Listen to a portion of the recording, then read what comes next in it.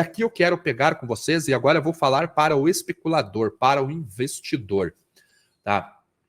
Petróleo subindo 0,6% no WTI, subindo 0,66% no Brent, subindo lá no Oriente Médio também. O que eu acabei tropeçando aqui nas análises do petróleo? Duas coisas. Vocês já sabem como que funciona uma curva de futuros. Você já sabe que é uma fotografia no momento em que nós olhamos do balanço entre a oferta e a demanda da commodity, certo? Então, quando nós olhamos uma curva nesse sentido, mostra que o mercado trabalha muito mais no spot, porque existe o sentimento de desequilíbrio entre a oferta e a demanda, e isso faz com que os preços spots acabam subindo mais do que os preços futuros. Para o vendedor, diz para aumentar a oferta spot, para o comprador, diz só para comprar da mão para a boca, e é essa relação que vai mudando o relatório do petróleo. O balanço da commodity, né, e o volume de preços. E o petróleo vem com essa curva invertida desde a época da pandemia. Eu não sei se eu consigo trazer um dado tão longo assim. Vamos ver 2020, se eu consigo trazer.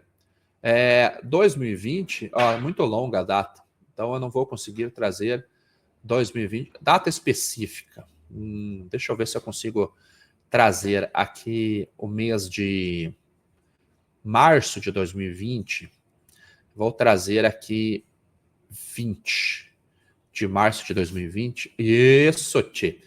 Olha aqui, como que nós tínhamos a curva do petróleo em março de 2020. Era uma curva em carry. Ou seja, vencimentos mais curtos, mais baratos que vencimentos mais longos. Em março de 2020, se eu não me engano, dia 20 ou 24, foi quando o petróleo foi para preços negativos, porque o mundo estava em lockdown, a produção ela estava acontecendo, não haviam compradores, e quando o contrato futuro foi para o vencimento e era entrega física, alguns contratos, em torno de 10 mil contratos, foram para preços negativos, foram para menos $40 por tonelada, por barril. E como o mercado estava em lockdown, o consumo, a demanda de petróleo caiu porque não havia consumo. Então a curva ficou nesse formato de carry, ficou durante muito tempo. Quando nós chegamos, talvez em 2021, quando as coisas começam a retomar o seu ritmo normal, vamos colocar em março, dia 20 vamos colocar dia 26 de março de 2021, a curva ela começa a se inverter, porque os mercados começam a abrir. Vocês devem lembrar que aqui no Brasil, em março de 2021, foi quando começou a vacinação contra o Covid. Então o mundo começa a vacinação, começa a reabertura, a produção ficou prejudicada, porque muitas pequenas empresas de produção de petróleo quebraram lá nos Estados Unidos, porque estavam vivendo um momento de bull market, e faltou dinheiro, faltou demanda, não tinha capital em caixa, não havia empréstimo, então azedou a marmita para eles. Eles acabaram fechando as portas e ficaram só as grandes empresas de petróleo. Menos produção, a gente tem uma inversão na curva, porque a demanda voltando a se apresentar, quero petróleo, quero petróleo, quero petróleo, nós temos a inversão da curva. E esta curva, ela segue invertida até agora. Então, eu olhando a curva de futuros, a gente tem esse formato de curva desta inversão grande que ela permanece. E o que foi que eu tropecei? Se eu pego o dado de 30 dias atrás, nós vamos ver que a curva estava menos invertida. Olha só que interessante. Eu tenho essa curva linha branca, a curva hoje, e a curva amarela, a curva de um mês atrás. E olha como a diferença entre esse spread e o spread de 6 meses atrás, nós estávamos falando de 79 para 1, 2, 3, 4, 5, 6 para 76. Nós estamos falando de $3 por barril de inversão, de spread negativo. Hoje, nós estamos falando de um barril de 81, 1, 2, 3, 4, 5, 6, com uma cotação de 77. Nós estamos falando em 4 dólares de spread. Ou seja, aumentou em um mês, aumentou $1 o spread do petróleo. Isso quer dizer que está faltando petróleo, está aumentando o desequilíbrio entre a oferta e a demanda? É aqui que começa a ficar esquisito o Paranauê. Porque quando eu vou olhar os estoques de petróleo, primeiro, os estoques em Cushing, que é o local autorizado a receber o petróleo da Bolsa. Esse fica em Oklahoma, que faz divisa ali com o Texas, no centro dos Estados Unidos. Então, há ferrovias para todo o país. E esses estoques, eles vieram aumentando em Cushing. Quando eu olho os estoques totais de petróleo pelo Departamento de Energia dos Estados Unidos, você vai olhar esse gráfico e vai falar, Ale, esses estoques estão baixos em relação à média. Só que eu deixei esse gráfico proposital para você errar na análise. Sabe por quê? Porque se eu tiro da área achurada, eu coloco qual foi o ano que teve um estoque mais alto. Foi o ano de 2020, quando houve preços negativos. Se eu excluo o ano de 2020, vamos aqui em Security Line, se eu excluo 2020 e excluo 2019, e aqui eu coloco o valor, eu já tenho dentro da média. Só que se eu olho os 2 últimos anos, que é 2023 e 2022, eu tenho os estoques de petróleo muito dentro dessa média.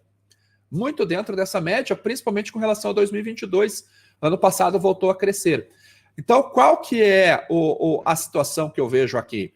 Que o mercado está se antecipando a uma possível restrição de oferta de petróleo que talvez não aconteça. Opa, já quase excluí aqui. Isso mesmo. Que talvez não aconteça. E aí eu fui olhar o estoque flutuante, que é o float storage, que são os navios que andam com petróleo tentando encontrar clientes. Olha a queda que houve no último mês. Uma queda de 28%. Eu falei, mas peraí, algo de errado não está certo. Então, se eu coloco no gráfico, olha aqui como ele vinha dentro da média e de repente, vral. Por que o estoque cai?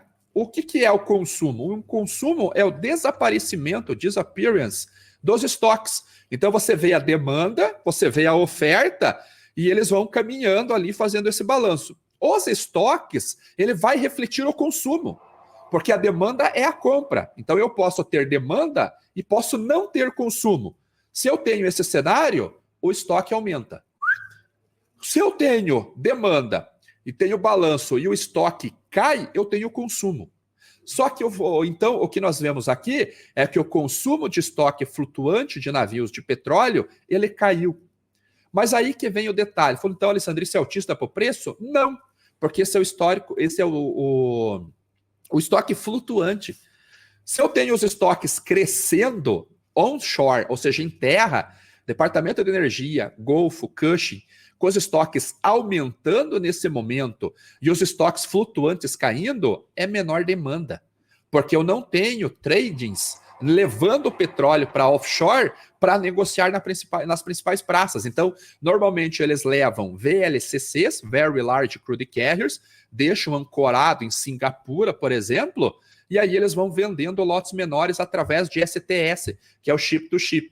Então, vem a China, quero comprar 600 mil barris de petróleo. Ok, eu tiro do meu VLCC, transfiro para o meu Aframax e disparo lá para a China. Um outro país qualquer quer comprar mais um tantinho de petróleo, eu tiro do meu VLCC, coloco no Aframax e disparo para essa região. Então, esse fator aqui, será que é autista? Porque o spread, ele acabou tendo essa movimentação no último mês, mostrando um aumento da inversão, que é um desequilíbrio, mas com os estoques crescendo onshore e os estoques offshore, o floating, reduzindo, no meu entender, é algo mais baixista. O que poderia indicar que o consumo está acontecendo, então, de derivados? É se eu olhar os estoques do principal derivado do petróleo, que é conhecido como gasolina, e dar uma olhadinha como que estão esses estoques de gasolina. Porque se os estoques de gasolina estiverem baixando, aí nós temos um aumento da demanda. E, voilá, a gente tem os estoques de gasolina aumentando. Então, o que o mercado espera? Que esse estoque, que é a posição até o dia 24/6, derreta nos próximos dias, principalmente do fim de semana em diante, devido ao feriado norte-americano. Se ele caminhar em relação a esta média, nada altera dentro do fundamento. Agora, se ele voltar para próximo da banda inferior, aí o consumo está rodando.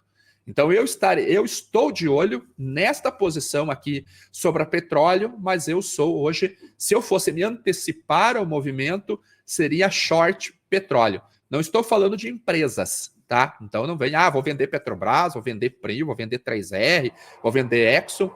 Não é disso que eu estou falando. Estou falando da commodity. Eu já tinha uma visão baixista para agosto, depois da segunda semana de julho, eu já sou baixista para o petróleo, com fundo entre primeira semana de setembro, vamos colocar aí, que eu acho que as cotações podem atingir um fundo, primeira semana de setembro, depois volta a subir um pouquinho. Agora, eu tenho um cenário baixista e esses dados que eu mostrei para vocês agora acaba corroborando parte desta visão que eu acabo tendo.